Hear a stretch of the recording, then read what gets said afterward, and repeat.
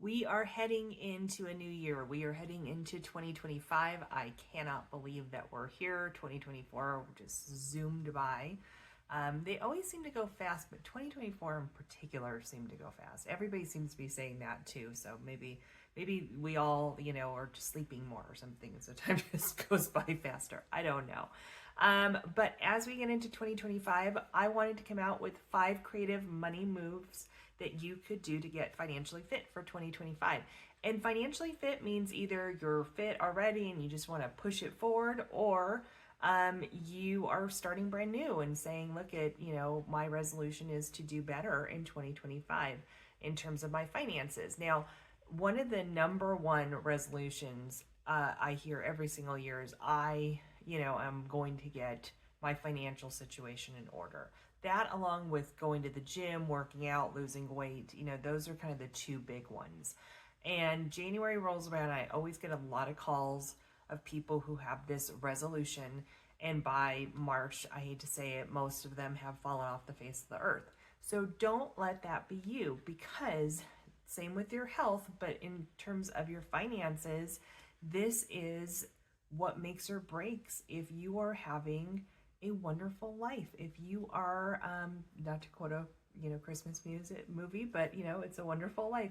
You want to have a wonderful life, and your money and your health are 2 aspects that allow you to live the life you've always wanted, to be unburdened by excess weight, feeling fatigued, that kind of thing, having bank issues, having issues paying for bills, not being able to go on trips. All of that really can make a big difference in whether or not you have a sensational life that you really love and enjoy, or you're just kind of plotting through. And that's not what we want for anybody. We don't want anybody just plotting through. So 2025 is your year to take charge of your money. I am looking at my notes if you see me look off, by the way. And so, what are some other ideas you could think of? I'd love to hear from you if you have other ideas of this, but these are 5 kind of creative ways to do that. So before we get started on the first one, for anybody who is new, welcome to the community. Hope you enjoy what you're seeing and stick to the end. I am Lisa. I'm a financial advisor. I have been for over 14 years, and I help get people to financial freedom as quickly as possible. If you are a regular viewer, welcome back. I'm glad you're sticking around, and let's get started. So, host a financial movie night. I love this idea because the best way, and they always say this, the best way to get your resolutions to work, I do quotes because I don't think it's a resolution, I think it's a lifestyle change.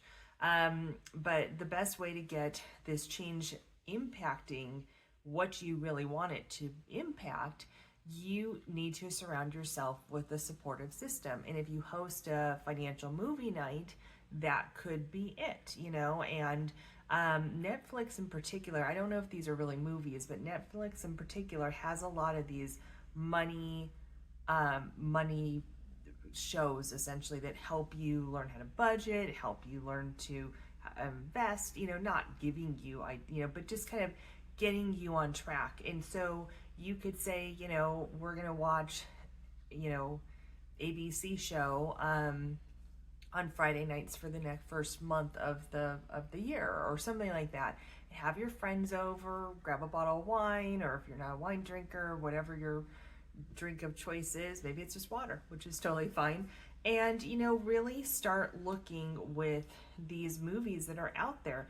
And they don't all have to be movies that are, how to and do better and that kind of stuff. There could be movies that are out there that will just enrich your education, there's a movie on Netflix, or I think it's on Netflix. It's the documentary about yes, it is about GameStop and the meme stocks and all that stuff. That's a fantastic one to kind of see how markets move, what influences it, what caused that. If you didn't even know that happened, you should. So it's a great way of learning that. There's one on Bernie Madoff, so you can see what you should be looking out for if you're hiring people to help you. And The Big Short is a good one. And if you're not really a movie person but you wanted to read books, Michael Lewis does have a lot of financial books, which are good to get started on. Morgan Housel has 2 really good books about finances as well, and he brings it into a more cultural side, which I think is more enjoyable. So you might want to start with Morgan Housel if this is new for you, and then maybe move into Michael Lewis's stuff. But both have a lot of financial topics that aren't necessarily like how to, do this or that. And if you are looking for some how-to books, maybe I could do a video on that, on some how-to books that can get you through 2025 and continue to read them so that you're continuing to improve your education, right? Number 2 is turn your shopping habits into savings hacks. And I just think that this is a great way of doing this. We are never going to stop saving, or I'm sorry, stop spending. We are never going to stop spending.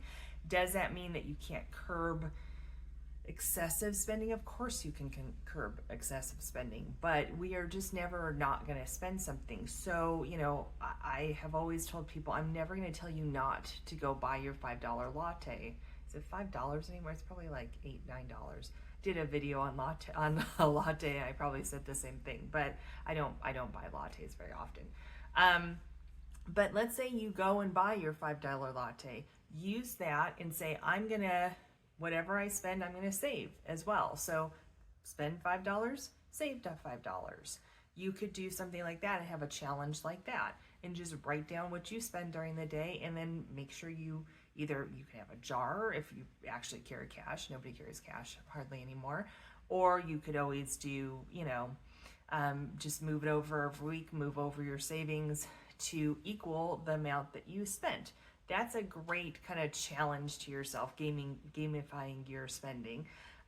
You could do that particularly with impulse buys, instead of just going, I shouldn't have bought that. Say, great, it's an opportunity to save $20, $80, whatever your impulse buy amount was. Another thing you could do is there are some apps. I'm not going to give you any recommendations because I haven't vetted any of them, but I'm not involved with any of them I don't use them with any of my clients, but there are some apps that you can use that will roll up your savings. And that can actually be pretty good. So you think, the purchase was $3.70, so 30 cents goes to my savings bucket. That's not that big of a deal. That can be a huge deal. I did a short video a while back, and that concept where you go through like Taco Bell or something, they say, would you like to roll up your savings to go to such and such charity? And you say yes or no. That concept raised so much money for charity in 2023. It was a staggering number. I was shocked at how much money was raised. And so if we can do that as a community, why can't you do that for yourself? Wouldn't it be lovely if all your friends could just, roll up and give it to you too? But that's not going to happen. They should do it for themselves though. All right. Number 3 is try a no spend weekend. That's a lot easier to do than no spend month or no buy month or anything like that. No spend weekend. And you could do 2 weekends a month. So instead of going out to the movies and going out to drinks with friends or dinner, try to find activities that are free. Maybe there's free yoga in the park, free Tai Chi in the park, something like that. Maybe there's hikes or community events or things that you can do that are free. Walking around a farmer's market, you don't have to buy anything there. You could just walk around. And maybe scope out what you want for the week that you are spending some money. So those things add up, and having no spend weekends are kind of fun because it's challenging. You make it into a game. It's all about the attitude that you go into this. If you, host your, financial movie night, and you're like, I need to get going because I have debt and all this.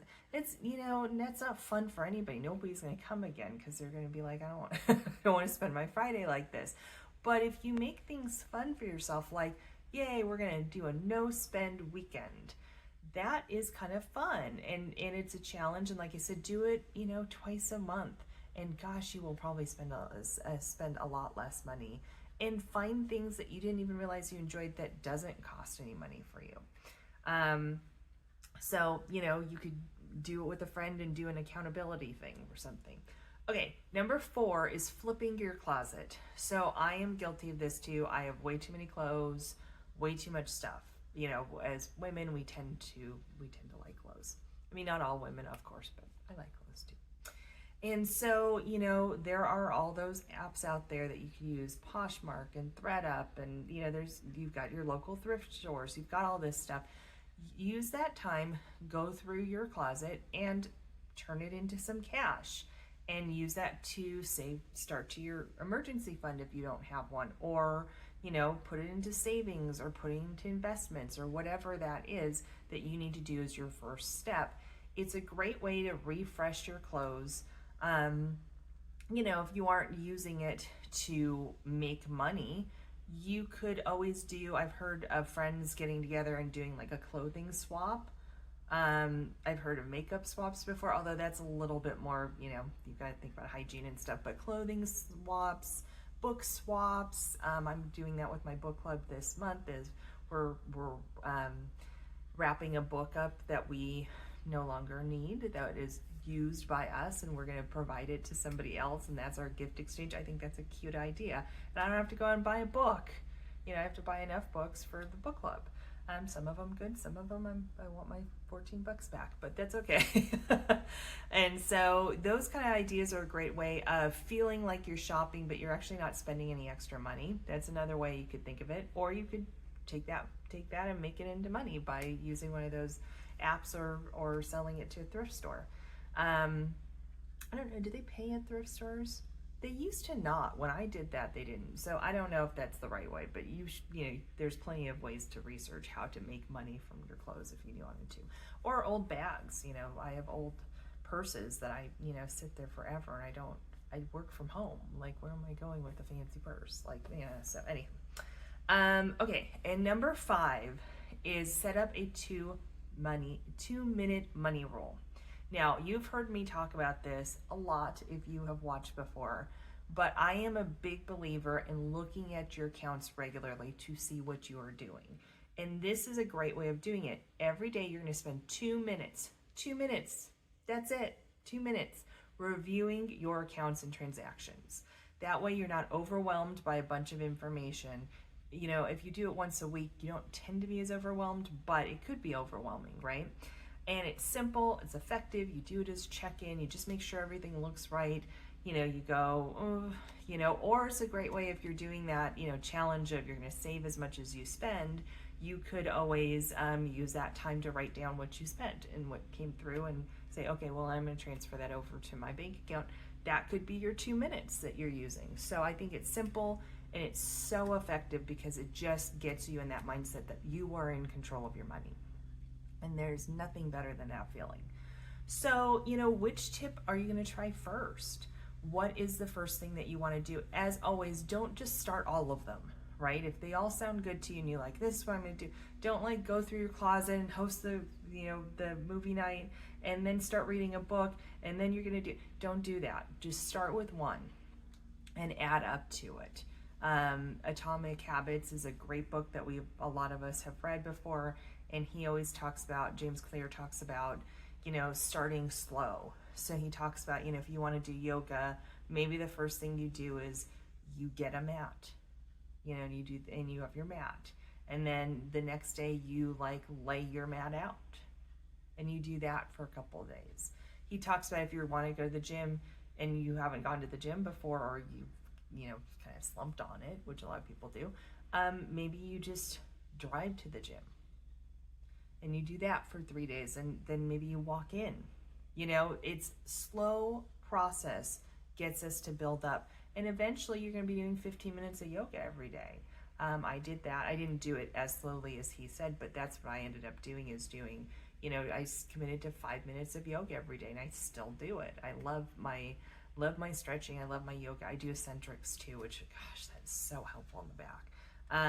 Anyhow, so it's been really good. But so choose one that you're going to try and start on that one and see how you do. And maybe you get really into it and you kind of build on that, or maybe that's not your one, so you're going to move on to another one. And that's okay. You don't have to do all of them. They don't have to fit for all of you, but The idea is have an action plan before 2025 starts so that January 2nd you're ready to go, rather than now I'm going to try to figure out how to do it. So with that in mind, I hope you got something great out of it. Feel free, I do always leave our contact information in the description, so you can go and email me, let me know what you are doing, have questions on. Feel free to reach out. I'd love to hear what you're doing and what's making a difference for you, and I would be happy to share that if you would want me to on these videos. And hope your 2024 was amazing. Praying that your 2025 will be just as amazing, if not better. And with that, take care, and I will see you on the next video. Bye-bye.